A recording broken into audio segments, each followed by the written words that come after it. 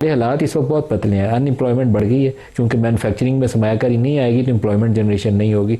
तो कौन सा ऐसा शुभ है जिसमें हम तरक्की लोगों को बताएं कि बेहतरी हो रही है, आगे बढ़ रहा है पाकिस्तान? सच्ची बात यह है कि 2-3 साल पहले हम एक जगह पे आ गए थे जहाँ पे डिफॉल्ट का चांस था। जब पीडीएम की हुकूमत आई, पेट्रोल हम बड़ा महंगा बेच रहे, सस्ता बेच रहे थे, दुनिया में बहुत महंगा हो गया था। दुनिया में उस वक्त $110 का पेट्रोल था, जो आज $59 का है अभी ब्रांड जो अगर आप देखें तो।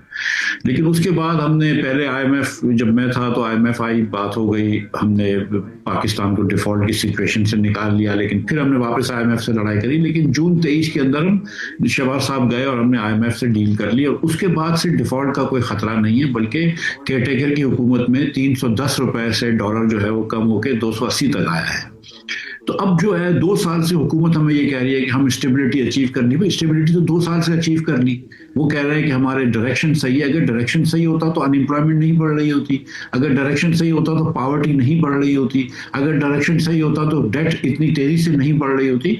सो द थिंग इज कि हमको ये बात समझनी चाहिए कि हम जिस चाबी से ये ताला खोल रहे हैं, ये चाबी गलत चाबी है। चाहे हम क्या करते हैं कि लोग बदल लेते हैं कि भाई आप नदीम मलिक साहब चाबी इस्तेमाल कर लें, फिर मिफ्ता इस्माइल इस्तेमाल कर लें, फिर वक़ास इस्तेमाल कर लें। इससे नहीं होगा, हमको ये चाबी बदलनी होगी। मतलब ये कि रिफॉर्म्स करने होंगे, स्ट्रक्चरल चेंजेस लाने होंगे। हमने शख्सियतें बदल ली, लेकिन हमने देखा कि पाकिस्तान आगे नहीं बढ़ रहा है।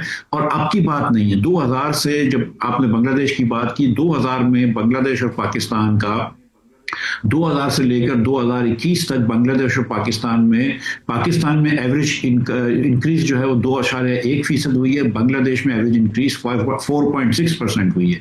अगर 2000 से 2025 तक का अगर आप ले लें, तो अगर 1 लाख रुपए की तनख्वाह बांग्लादेशी और पाकिस्तानी की थी सन 2000 में, तो आज पाकिस्तानी की तनख्वाह 1.5 लाख है और बांग्लादेशी तनख्वाह 2.25 लाख है। तो वो इतना आगे निकल गए। इसकी वजह यह है कि हम बिल्कुल आगे नहीं जा रहे, पिछले 2-3 सालों में हम पीछे जा रहे हैं।